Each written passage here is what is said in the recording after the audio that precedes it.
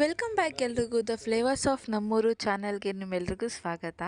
ಇವತ್ತು ನಾನು ಮಾಡಿರೋ ರೆಸಿಪಿ ಬಂದು ಮಶ್ರೂಮ್ ಪೆಪ್ಪರ್ ಡ್ರೈ ಫ್ರೈ. ತುಂಬಾ ಹೆಲ್ದಿ. ಇದು ಏನಂತಂದರೆ ಈ ಚಳಿಗಾಲದಲ್ಲಿ ಮಳೆಗಾಲದಲ್ಲಿ ಸಂಜೆ ಹೊತ್ತು ಏನೋ ತಿನ್ನಬೇಕು ಅನಿಸ್ದಾಗ ಇದನ್ನು ತಿನ್ಬೋದು. ಆ್ಯಂಡ್ ಇದು ತುಂಬ ಆರೋಗ್ಯಕ್ಕೂ ಒಳ್ಳೆಯದು. ಶೀತ ನಂತರ ಆದರೆ ಇದನ್ನು ತಿಂದರೆ ಕೂಡ ಕಡಿಮೆ ಆಗುತ್ತೆ, ಯಾಕೆಂದರೆ ಇದಕ್ಕೆ ನಾವು ಪೆಪ್ಪರ್ ಹಾಕಿರ್ತೀವಿ. ಅದಕ್ಕೆ ಹೆಂಗೆ ಮಾಡೋದು ನೋಡ್ಕೊಳ್ಳೋಣ ಬನ್ನಿ. ಅದಕ್ಕಿಂತ ಮುಂಚೆ ನಾವು ಒಂದು ಜಾರ್ಗೆ ಹಸಿಮೆಣಸಿನ್ಕಾಯಿ, ಬೆಳ್ಳುಳ್ಳಿ, ಶುಂಠಿ ಹಾಕ್ಕೊಂಡು ರುಬ್ಕೋಬೇಕು ತರಿಯಾಗಿ. ಮತ್ತು ಇನ್ನೊಂದು ಜೀರಿಗೆ ಮತ್ತು ಮೆಣಸನ್ನು ಕೂಡ ಹುರಿದು ಪುಡಿ ಮಾಡ್ಕೊಬೇಕು. ನೆಕ್ಸ್ಟು ಒಗ್ಗರಣೆಗೆ ಒಂದು ಬಾಣಲಿ ಇಟ್ಕೊಂಡು ಅದಕ್ಕೆ ಸ್ವಲ್ಪ ಎಣ್ಣೆ, ಸ್ವಲ್ಪ ಈರುಳ್ಳಿ, ಹಾಗೆ ನೀವು ರುಬ್ಕೊಂಡಿರ್ತಕ್ಕಂಥ ಹಸಿಮೆಣಸಿನ್ಕಾಯಿ ಪೇಸ್ಟು, ಕರಿಬೇವು ಎಲ್ಲ ಹಾಕ್ಕೊಂಡು ಅದು ಹಸಿ ವಾಸನೆ ಹೋಗೋವರೆಗೂ ಫ್ರೈ ಮಾಡ್ಕೊಳ್ಳಿ. ಅದಾದ ನಂತರ ಮಶ್ರೂಮ್ನ ಚಿಕ್ಕ ಚಿಕ್ಕದಾಗಿ ಕಟ್ ಮಾಡ್ಕೊಂಡು ಹಾಕ್ಕೊಂಡಿದ್ದೀನಿ ನಾನಿಲ್ಲಿ. ಮಶ್ರೂಮ್ ಕಡಿಮೆ ತೊಗೊಂಡ್ರೆ ಈ ಥರ ಅಂದರೆ ಏನೋ ಸ್ವಲ್ಪ ಇದ್ದರೆ ಈ ಥರ ಮಾಡ್ಕೊಂಡು ತಿನ್ಬೋದು.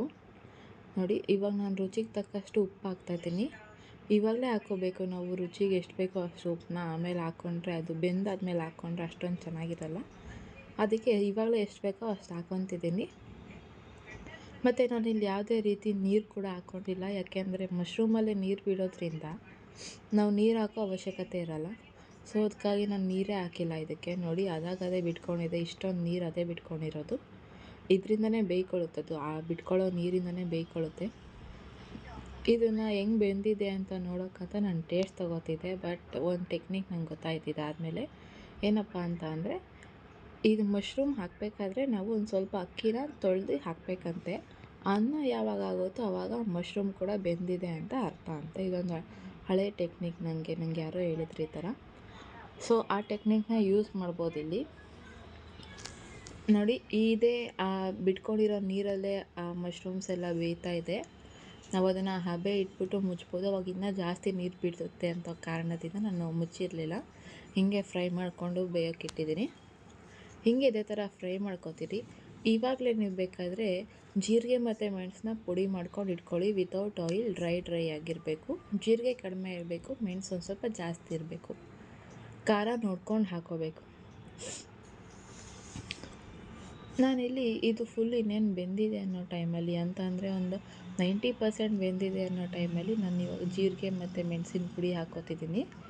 ಎಷ್ಟೆಷ್ಟು ಕ್ವಾಂಟಿಟಿ ಅಂತ ಅಂದರೆ, ಜೀರಿಗೆ ಬಂದು ಒಂದು 1.5 ಸ್ಪೂನ್ ಮತ್ತು ಮೆಣಸು ಬಂದು 2 ಸ್ಪೂನ್ ಹಾಕ್ಕೊಂಡಿದ್ದೀನಿ. ಅಂದರೆ ಒಂದು 10ರಿಂದ 20 ಕಾಳು ಇರ್ಬೋದು. ಅದಷ್ಟು ಹಾಕ್ಕೊಂಡು ಎಲ್ಲ ಪುಡಿ ಎಲ್ಲ ಹಾಕ್ಕೊಂಡು ಚೆನ್ನಾಗಿ ಫ್ರೈ ಮಾಡ್ಕೊಳ್ಳಿ.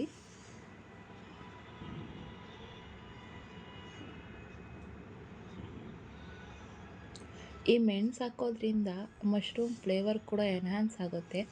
ಮತ್ತು ಈ ಮೆಣಸಿಂದನೇ ಆ್ಯಕ್ಚುಲಾಗಿ ಈ ರೆಸಿಪಿಯ ಫ್ಲೇವರ್ ಜಾಸ್ತಿ ಆಗೋದು. ಹೇಳ್ಬೇಕಂತಂದರೆ ಮೆಣಸು ಮತ್ತು ಜೀರಿಗೆಯಿಂದ ಮಶ್ರೂಮ್ ಕೂಡ ಚೆನ್ನಾಗಿರುತ್ತೆ ತಿನ್ನಬೇಕಾದ್ರೆ. ನೋಡಿ, ಈ ಥರ ಫ್ರೈ ಮಾಡ್ಕೊಂಡಿದ್ದಾದಮೇಲೆ ಅದು ಎಣ್ಣೆ ಬಿಟ್ಕೋಬೇಕು. ನೋಡಿ, ನಾನು ತೋರಿಸ್ತಿರೋ ವೀಡಿಯೋದಲ್ಲಿ ಎಣ್ಣೆ ಬಿಟ್ಕೊಂಡಿದೆ. ಈ ಥರ ಎಣ್ಣೆ ಬಿಟ್ಕೊಂಡಿದೆ ಅಂತಂದರೆ ರೆಸಿಪಿ ಆಗಿದೆ ಅಂತ. ಲಾಸ್ಟಿಗೆ ಒಂದು ಸ್ವಲ್ಪ ನಿಂಬೆಹಣ್ಣು ರಸ, ಹಾಗೆ ಸ್ವಲ್ಪ ಕೊತ್ತಂಬರಿ ಸೊಪ್ಪು ಹಾಕ್ಕೊಂಡು ಮಿಕ್ಸ್ ಮಾಡಿಕೊಂಡು ತಿಂತಾಯಿದ್ರೆ ಮಳೆಗಾಲದಲ್ಲಿ ಅಥವಾ ಚಳಿಗಾಲದಲ್ಲಿ ಸ್ನ್ಯಾಕ್ಸ್ಗೆ ಅಥವಾ ಸ್ಟಾರ್ಟರ್ಸ್ಗೆ ಏನಾದರೂ ತಿಂತಾಯಿದ್ರೆ ಇದೊಂದು ಅದ್ಭುತ ರೆಸಿಪಿ ಅಂತ ಹೇಳ್ಬೋದು. ನೀವೇನಾದರೂ ಈ ರೆಸಿಪಿನ ಟ್ರೈ ಮಾಡಿದರೆ ಹೆಂಗೆ ಬಂದಿದೆ ಅಂತ ಕಮೆಂಟ್ ಮಾಡಿ.